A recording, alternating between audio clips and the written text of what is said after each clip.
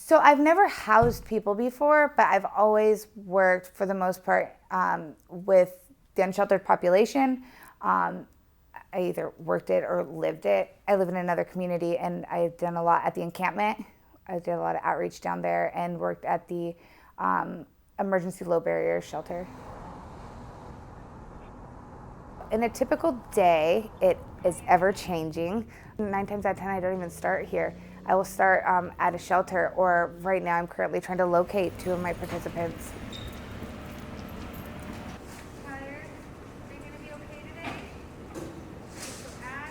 So I will go to the shelters and see if they're there. I will go, one of them is housed, and I'll go to that participant's house and try and get into the secured building.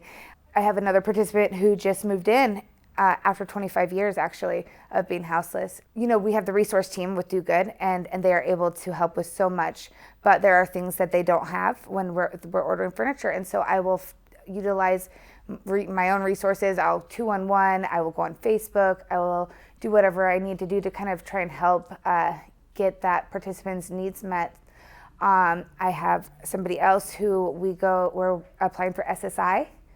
I've got another participant who I'm working with them to try and gain a support worker. You know, if you don't know exactly when you're moving in somewhere, like saving for that move-in is difficult. Somebody to model to them, like how to pay bills or how to budget your money that you have if you have money, how to advocate to get your needs met. I apply for apartments or with people. I engage with landlords because they don't have, you know, the last 5 years worth of rental history because they've been unsheltered.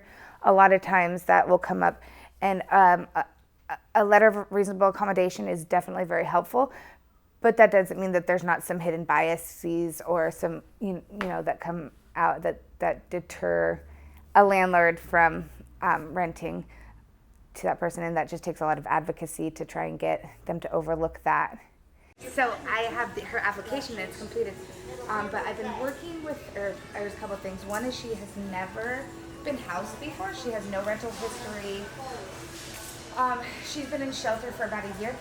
I try and build rapport with landlords, and it's really cool when you know that you have built rapport with landlords, because then they are calling you and letting you know that there's available units versus you know, having to look everywhere. Sometimes when I have people who move in and it's in the afternoon or nighttime, and they call me at 9 or 10 or 11 or 12 or 1, when I know that they just moved in, I will answer my phone, and they just need like reminding that like they're okay, this is their home. So having somebody that's available to them. There's another chair. You can pick.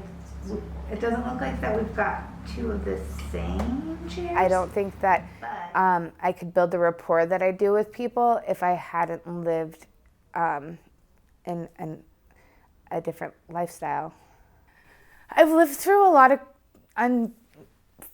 unfavorable situations, and most of it, you know, self-inflicted, basically. I am in recovery, and I've been unsheltered, and I've been homeless in my car with my kids. And so I'm super grateful to be able to help others get out of that situation. Life could have been a lot different for myself had I had somebody that understood and not just to engage with me, but like actually cared. First of all, to be able to experience like these individuals, like the things that they share with me, the barriers that they face to help, that they trust me in working with them, with their emotions, their feelings, their lives. I am genuinely grateful that I get the opportunity to experience the experiences that I have with these people.